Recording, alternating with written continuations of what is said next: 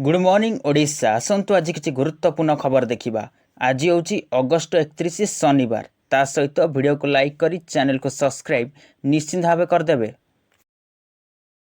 आसूची बड़ वर्षा लघुचाप प्रभाव में आज राज्य में प्रबल वर्षा हेब।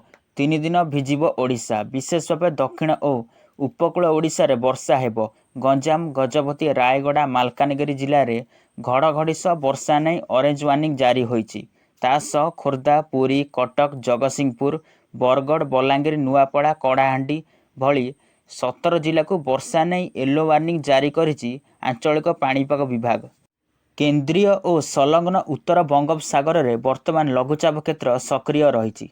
यह 2 दिन में अधिक घनीभूत होई अवपात परिणत हो बोली कहुछि। प्रभाव में 1 तारिख जाए राज्य में प्रबल वर्षा संभावना रही। परवर्ती अपडेट रही राज्य में कमुछि आईटीआई एवं डिप्लोमा इंजीनियरिंग चाहिदा। डिग्री हासिल पर मिलुनी चाकरी। विधानसभा बीजेडी विधायक ध्रुव साहू प्रश्न में दक्षता विकास मंत्री संपद स्वाई लिखित उत्तर रखिछंती। से कहिछंती राज्य में 79,558 जन आईटीआई और डिप्लोमा युवक और युवती डिग्री हासिल कर चाकरी अपेक्षार रही। राज्य में 34,018 जन आईटीआई 43,463 जन डिप्लोमा पाठ पढ़ी चाकरी अपेक्षार अछंती बोली मंत्री कहिछंती। परवर्ती अपडेट रही शुक्रवार गजपति महाराजा दिव्यसिंह देवଙ୍କ अध्यक्षतार श्री जगन्नाथ मंदिर परिचालना कमिटी बैठक अनुष्ठित होईछि। एही बैठक में भक्त मानक सहज दर्शन ठारू आरंभ करी विभिन्न गुरुत्वपूर्ण निष्पत्ति निया जाइछि। बैठक में होइतिबा निष्पत्ति अनुसार श्रीमंदिर रत्नभंडार कबाट सुना छाउणी कराजिबो। एएसआई मरामती कार्य सारिबा परे सुना छाउणी हेबो। भितर रत्नभंडार और बाहर रत्नभंडार कबाट सुना छाउणी हेबो। सुना छाउणी प्रस्ताव को परिचालना कमिटी रे अनुमति मिलिछि। एपरिकी महिला मानक पई अलगा पुरुष मानक पई अलगा धाड़ी हेबो। परवर्ती अपडेट रही राज्यर सबु ऑफिस रे रहिबो स्तन्यपान कक्ष। सबु सरकारी और घरोई कार्यालय रे यही कक्षर व्यवस्था हेबो। सर्वसाधारण स्थान में स्तन्यपान कक्ष व्यवस्था रहिबो। एने राज्य महिला एवं शिशु विभाग पक्षरु सबु जिलापाल मानकु निर्देश दिया जाइछि। कार्यालय एवं सर्वसाधारण स्थान में स्तन्यपान कराइबा पई एक आरामदायक एकांत एवं स्वच्छ स्थान चयन करने को अनुरोध करा जाइछि। एहा द्वारा माँ मानक समर्थन मिलवा सह सेमानक स्वास्थ्य एवं सुरक्षा को प्राधान्य दिया जाइछि।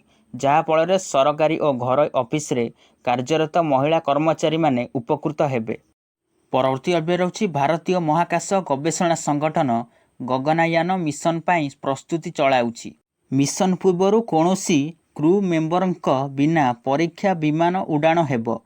यह अधीन रे महाकाशयान को क्रू सदस्यंक बिना महाकाश को पठाजिबो, किंतु एथिरे एक रोबोट पशिबो। एक परीक्षण मिशन भाव में महाकाश रे चढ़िया पाई प्रस्तुत हेउछि। रोबोट नाम हेउछि व्योममित्र, जहाँ एक ह्यूमैनॉइड रोबोट। व्योममित्र को महाकाश को पठाइबा पूर्वर एहार खपुरीर डिजाइन प्रस्तुत हो सारी। परवर्ती अपडेट रही राज्य सरकार द्वारा सुभद्रा योजनार आनुष्ठानिक मार्गदर्शिका जारी करा जाइछि। मार्गदर्शिका अनुसार अंगनवाड़ी कर्मी, सहायिका, आशाकर्मी, community resource person, master book keeper एवं आउटसोर्सिंग एजेंसी द्वारा नियुक्त महिला माने योग्य थिले सुभद्रा योजनार आवेदन करिपारिबे। एहा सह योजनार सफल रूपायन पाई महिला और शिशु विकास विभाग तरफरु टोल फ्री नंबर मध्य दिया जाइछि। 14678 जारी करा जाइछि। एही नंबर सकाळ 6टारू राति 10टा पर्यंत कार्यक्रम हेबो। एही अवधि रे जेकोसी व्यक्ति यही टोल फ्री नंबर रे कॉल करी सुभद्रा योजना अंतर्भुक्त समस्त तथ्य जानी पारिबे।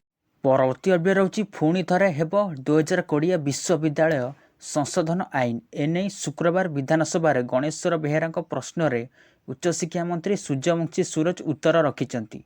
से कहिछंती पुराणा ढांचा को फेरिबु, सिनेट व्यवस्था रहिबो, विश्वविद्यालय स्वतंत्रता बजाय रहिबा सह नियुक्ति क्षमता विश्वविद्यालय गुडी को दिया जिवो। एने विचार विमर्श चली बोली आज मंत्री गृह रे कहिछंती। सिनेट रे 100 जन सदस्य रहुथिले, सेमाने विश्वविद्यालय को परामर्श देउथिले। वर्तमान राज्यर विभिन्न विश्वविद्यालय रे 1187 अध्यापक पदवी खाली पड़ी। ଏହାକୁ ପୂରଣ କରିବାକୁ ଗୃହରେ କହିଛନ୍ତି ମନ୍ତ୍ରୀ। ପରବର୍ତ୍ତୀ ଅଧ୍ୟାୟ ରହୁଛି ପୂର୍ବ ସରକାରଙ୍କ ନୂଆ ଓ କାର୍ଯ୍ୟକ୍ରମ ବନ୍ଦ କଲେ ମୋହନ ସରକାର। ଚଳିତ ବଜେଟରେ କୌଣସି ବ୍ୟୟ ଅଟକଳ ହୋଇନି। ବିଧାନସଭାରେ ଏନେଇ ସ୍ପଷ୍ଟ କରିଛନ୍ତି ଉଚ୍ଚଶିକ୍ଷା ମନ୍ତ୍ରୀ ସୂର୍ଯ୍ୟବଂଶୀ ସୁରଜ। ବିଧାୟକ ଚନ୍ଦ୍ରମଣି କହର କରିଥିବା ପ୍ରଶ୍ନର ଉତ୍ତରରେ ମନ୍ତ୍ରୀ ଏକଥା କହିଛନ୍ତି। ସେହିପରି ୟୁଜି ଓ ପିଜି ପିଲାଙ୍କୁ ଆର୍ଥିକ ସହାୟତା ପାଇଁ ଆସିବ ନୂଆ ଯୋଜନା। Financial assistant to UG and PG students ନାଁରେ ନୂଆ ଯୋଜନା ଆଣୁଛନ୍ତି ସରକାର। ଏହାର ପ୍ରସ୍ତୁତି କାର୍ଯ୍ୟ ଚାଲୁ ରହିଛି। ଏହାଦ୍ୱାରା ଅଭାବରେ ପଡ଼ି ପିଲା ଆଉ ଉଚ୍ଚଶିକ୍ଷାରୁ ବଞ୍ଚିତ ହେବନି ବୋଲି କହିଛନ୍ତି ମନ୍ତ୍ରୀ। ପରବର୍ତ୍ତୀ ଅପଡେଟ୍ ରହିଛି ରାସନ କାର୍ଡ ନେଇ ଆସିଲା ବଡ଼ ଖବର। ଇ-KYC ପାଇଁ କୌଣସି ନିର୍ଦ୍ଦିଷ୍ଟ ସମୟସୀମା ନାହିଁ। ପର୍ଯ୍ୟାପ୍ତ ସମୟ ଦିଆଯିବ ବୋଲି ଖାଦ୍ୟ ଯୋଗାଣ ଓ ଖାଉଟି କଲ୍ୟାଣ ମନ୍ତ୍ରୀ କୃଷ୍ଣଚନ୍ଦ୍ର ପାତ୍ର କହିଛନ୍ତି। ମନ୍ତ୍ରୀ କହିଛନ୍ତି ଯେ ସମସ୍ତ ହିତାଧିକାରୀଙ୍କୁ ନୋଟିସ୍ ଦିଆଯିବ। ସାମିଲ ହୋଇଥିବା କେହି ବି ଯୋଗ୍ୟ ହିତାଧିକାରୀ ବାଦ୍ ପଡ଼ିବେନି। କେହି ଚିନ୍ତା କରିବା ଆବଶ୍ୟକ ନାହିଁ। କାହାର ପରିବାର ସଦସ୍ୟ ବାହାରେ ଥିଲେ ସେମାନେ ଆରାମରେ ଆସି ଇ-KYC କରିପାରିବେ। ସମସ୍ତ KYC ଯାଞ୍ଚ ସରିବା ପରେ ଏହି ପ୍ରକ୍ରିୟା ବନ୍ଦ କରାଯିବ। ଏହି ସର୍ଭେ କେବଳ ମୃତ ଏବଂ ଅଯୋଗ୍ୟ ହିତାଧିକାରୀ ଚିହ୍ନଟ କରିବା ପାଇଁ ହୋଇଛି। ପରବର୍ତ୍ତୀ ଅପଡେଟ୍ ରହୁଛି ମମତା ମୋହନ ମୁହାଁମୁହିଁ। ଆପଣଙ୍କୁ ଏ ଅଧିକାର ଦେଲା କିଏ? ଓଡ଼ିଶା ସମ୍ପର୍କରେ ଆପଣ ଏମିତି କହିପାରିଲେ କେମିତି? ଏମିତି କେତୋଟି ପ୍ରଶ୍ନରେ ପଶ୍ଚିମବଙ୍ଗ ମୁଖ୍ୟମନ୍ତ୍ରୀ ମମତା ବାନାର୍ଜୀଙ୍କୁ ଟାର୍ଗେଟ କରିଛନ୍ତି ଓଡ଼ିଶା ମୁଖ୍ୟମନ୍ତ୍ରୀ ମୋହନ ମାଝୀ। କହିଛନ୍ତି ଓଡ଼ିଶା ସମ୍ପର୍କରେ ମମତାଙ୍କ ମନ୍ତବ୍ୟକୁ ଓଡ଼ିଶାବାସୀ ଆଦୌ ଗ୍ରହଣ କରିବେ ନାହିଁ, କାରଣ ଏହା ଏକ ଶାନ୍ତିପ୍ରିୟ ରାଜ୍ୟ। ବାସ୍ତବ କଥାଟି ହେଉଛି ମମତାଙ୍କ ସେହି ବୟାନ ଯାହା ପ୍ରମାଣିତ କରିଛି ସେ ଆଉ ନିଜ ତୁଣ୍ଡକୁ ଆୟତ୍ତ କରିପାରୁନାହାନ୍ତି। ଏକଦମ ଫସି ଯାଇଛନ୍ତି। ହାତରୁ ଖସିବାକୁ ବସିଛି ସତ୍ତା। ଆଉ ଏହି ମନ୍ତବ୍ୟ ପାଇଁ ସମ୍ପର୍କ ବି ତିକ୍ତ ହେବାକୁ ବସିଲାଣି। ପରବର୍ତ୍ତୀ ଅପଡେଟ୍ ରହୁଛି ଶ୍ରୀମନ୍ଦିର ପରିଚାଳନା କମିଟି ବୈଠକରେ ଗୁରୁତ୍ୱପୂର୍ଣ୍ଣ ନିଷ୍ପତ୍ତି। ଆଡ଼ପ ମଣ୍ଡପ ବିଜେ ଅଘଟଣ ପୁନରାବୃତ୍ତି ନ ହେବା ଉପରେ ଗୁରୁତ୍ୱ ଦିଆଯାଉଛି। ଆଡ଼ପ ମଣ୍ଡପ ବିଜେ ଅଘଟଣର ପୁଣି ସମୀକ୍ଷା କରାଯିବ। ଆଡ଼ପ ପହଣ୍ଡି ଅଘଟଣ ରିପୋର୍ଟ ଅସମ୍ପୂର୍ଣ୍ଣ ଥିବା କହିଲା ପରିଚାଳନା କମିଟି। ଶ୍ରୀମନ୍ଦିର ପରିଚାଳନା କମିଟି ମିଟିଂ ପରେ ଶ୍ରୀମନ୍ଦିର ମୁଖ୍ୟ ପ୍ରଶାସକ ସୂଚନା ଦେଇଛନ୍ତି। ପରବର୍ତ୍ତୀ ଅପଡେଟ୍ ରହୁଛି ଗୁଜୁରାଟରେ ବର୍ଷା ଓ ବନ୍ୟା ବିପାତ ଜାରି। ଲଗାଣ ବର୍ଷାରେ ଅସ୍ତବ୍ୟସ୍ତ ଜନଜୀବନ। ଗତ ଦିନ ଭିତରେ ବିପର୍ଯ୍ୟୟ ଦୁର୍ଘଟଣାଜନିତ ମୃତ୍ୟୁ ସଂଖ୍ୟା 35ରେ ପହଞ୍ଚିଛି। ପ୍ରାୟ 40,000 ଲୋକ ବିସ୍ଥାପିତ ହୋଇଛନ୍ତି। ଉଦ୍ଧାର କାର୍ଯ୍ୟରେ ସେନା ମୁତୟନ ହୋଇଛନ୍ତି।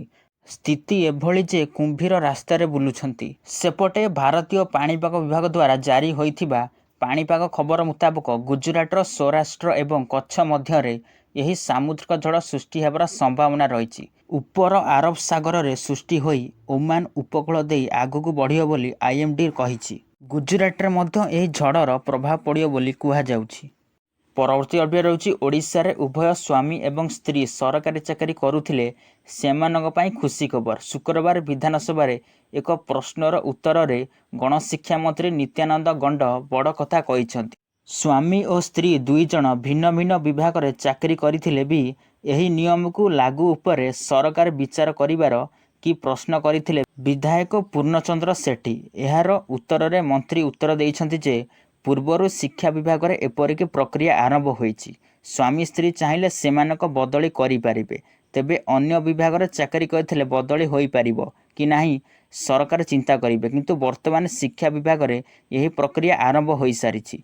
ପରବର୍ତ୍ତୀ ଅପଡେଟ୍ ରହୁଛି ପାକିସ୍ତାନ ସହ ଆଲୋଚନାର ସମୟ ଶେଷ। ଏବେ ଅପେକ୍ଷା ସମୟକୁ। ଗୋଟିଏ ପଟେ ଅକ୍ଟୋବରରେ ହେବାକୁ ଥିବା SCO ସମ୍ମିଳନୀରେ ଯୋଗ ଦେବାକୁ ପ୍ରଧାନମନ୍ତ୍ରୀ ମୋଦିଙ୍କୁ ନିମନ୍ତ୍ରଣ ଆସିଛି। ଠିକ୍ ଏହି ସମୟରେ ପୁଣି ଥରେ ଆତଙ୍କବାଦ ପ୍ରସଙ୍ଗ ଉଠାଇ ପଡ଼ୋଶୀ ଦେଶ ପାକିସ୍ତାନକୁ ଟାର୍ଗେଟ କରିଛନ୍ତି କେନ୍ଦ୍ର ବୈଦେଶିକ ମନ୍ତ୍ରୀ S ଜୟଶଙ୍କର। ପଡ଼ୋଶୀ ଦେଶ ସହ କଥାବାର୍ତ୍ତାର ଯୁଗ ଶେଷ ହୋଇସାରିଛି। ପୂର୍ବରୁ ଅନେକ ଥର ପାକିସ୍ତାନ ସହ ଆଲୋଚନା କରିଥିଲେ ମଧ୍ୟ ଆତଙ୍କବାଦକୁ ନେଇ ପାକିସ୍ତାନର ଦୋମୁହାଁ ନୀତି ଯୋଗୁଁ ଏହା ସଫଳ ହୋଇପାରି ନାହିଁ। ପରବର୍ତ୍ତୀ ଅପଡେଟ୍ ରହୁଛି ଟେଲିଗ୍ରାମକୁ ନେଇ କେବଳ ବିବାଦ ନୁହେଁ ବରଂ ବିପଦରେ ମେଜେନ୍ସି ଆପ୍। ବନ୍ଦ ହେବା ଦ୍ୱାର ଦେଶରେ ପହଞ୍ଚିଛି ଟେଲିଗ୍ରାମ। ହ୍ୱାଟ୍ସଆପ୍କୁ କଡ଼ା ଟକ୍କର ଦେଉଥିବା ଏହି ଆପ୍ଲିକେସନ୍ ବିରୋଧରେ ସଙ୍ଗୀନ ଅଭିଯୋଗ ଆସିଛି। ଟେଲିଗ୍ରାମ ମେଜେନ୍ସି ଆପ୍ଲିକେସନ୍ ବନ୍ଦ ହୋଇଯିବା ନେଇ ଆଶଙ୍କା ସୃଷ୍ଟି ହୋଇଛି। କାରଣ ଟେଲିଗ୍ରାମ ଆପ୍ ଜରିଆରେ ଚାଇଲ୍ଡ ଫଟୋଗ୍ରାଫି ଏବଂ ଛୋଟ ପିଲାଙ୍କ ଅଶ୍ଳୀଳ ଫଟୋ ଭାଇରାଲ ହେଉଛି।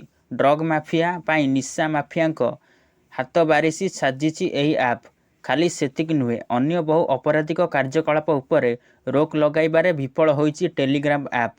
ସାଇବର ଠକେଇ ବି ଟେଲିଗ୍ରାମ ଜରିଆରେ ହେଉଛି। ପରବର୍ତ୍ତୀ ଅପଡେଟ୍ ରହୁଛି ପ୍ୟାରିସରେ ଚାଲିଥିବା ପାରା ଅଲିମ୍ପିକ୍ସରେ ଭାରତୀୟ ସୁଟର ଅବନୀ ଲେଖେରା କମାଲ କରିଛନ୍ତି। ମହିଳା 10 ମିଟର ଏୟାର ରାଇଫେଲ ଶୁକ୍ରବାର ଦିନ ଅବନୀ ସ୍ୱର୍ଣ୍ଣ ପଦକ ହାସଲ କରିଛନ୍ତି। ଏହି ଇଭେଣ୍ଟରେ ଭାରତୀୟ ଖେଳାଳି ମୋନା ଅଗ୍ରୱାଲ ମଧ୍ୟ ବ୍ରୋଞ୍ଜ ପଦକ ହାସଲ କରିଛନ୍ତି। ଭାରତ ପାରା ଅଲିମ୍ପିକ୍ସରେ ଟୋଟାଲ 4ଟି ପଦକ ସହ ପଏଣ୍ଟର 10 ନମ୍ବରରେ ଅଛି। ଗୋଟିଏ ଗୋଲ୍ଡ ଏବଂ ଗୋଟିଏ ସିଲଭର ଏବଂ 2ଟି ବ୍ରୋଞ୍ଜ ପଦକ ସହ ପଏଣ୍ଟର 10 ନମ୍ବରରେ ଅଛି। ପରବର୍ତ୍ତୀ ଅପଡେଟ୍ ରହୁଛି ଦେଶର ଅର୍ଥନୀତି ପାଇଁ ଆସିଛି ଖରାପ ଖବର। ଭାରତର ଜିଡିପି ଅଭିବୃଦ୍ଧି ହ୍ରାସ ପାଇଛି। ଗତ 5 ତ୍ରୈମାସିକ ତୁଳନାରେ ଭାରତର ଜିଡିପି ଅଭିବୃଦ୍ଧି ସର୍ବନିମ୍ନ ହୋଇଛି। ଏପ୍ରିଲ-ଜୁନ 2024 ତ୍ରୈମାସରେ ଭାରତର ଜିଡିପି ଅଭିବୃଦ୍ଧି 6.7କୁ ହ୍ରାସ ପାଇଛି।